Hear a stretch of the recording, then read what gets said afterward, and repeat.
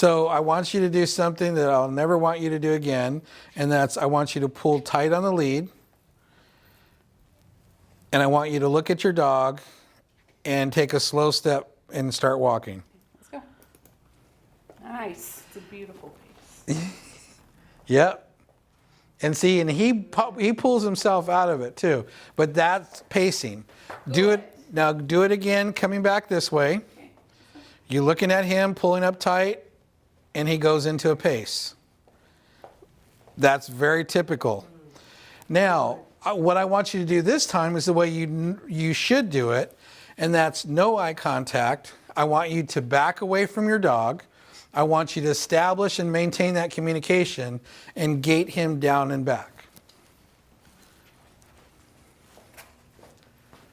No pace.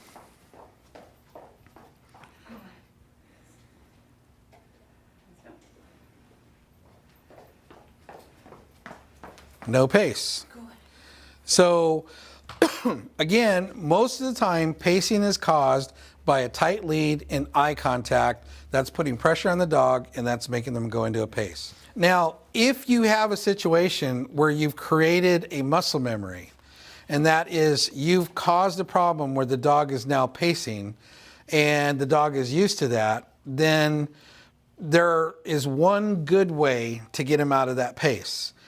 Some people tell you to pop the lead or yank on them or something to make them hop like that.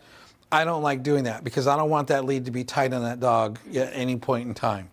So what I would like to do is that, let's say I'm the judge. So if I'm the judge and you have him facing either his muzzle that way or his muzzle this way, and then you're going to just back up and go. So go ahead. Yep. So he's facing across from the judge right here. And you're going to just back up that way and go. So go ahead and do that. And that makes a perfect gait, even if you have a chronic pacer. Bring him back. Now let me explain why that works. If a dog starts off here and you put pressure, then they're going to have that pressure and they're going to pace. Both legs going on this side. If you have a situation with a chronic pacer and the judge is here and the dog is like this, when you pull on the lead, what happens is it automatically puts him into a gait like this. When you have a dog facing straight and you pull on the lead, it's not going to fix that pace. So that's how you can fix that chronic pacer. The key is to gate your dog properly, stop looking at your dog that creates that pressure, and you won't run into that problem like that. I am so proud of you. All right, high five. And I want pictures of your wins at your next show. Yeah. All right, so any other things that you're having some problems with or some questions or anything like that before your next show? Questions. Gating. So we're just trying to talk through my question right now. We've been having problems skating, so I've been really trying to focus on, square body posture, just go. Right.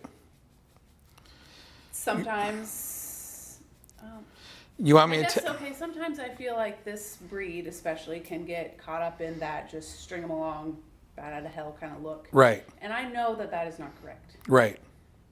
However, I still want my dog to have that self-carriage when we go, especially in that group right. ring. The right. group ring got extra space. I want to let him out. Party out of it and let right. him out. And I have struggled with that in a couple of years. Okay.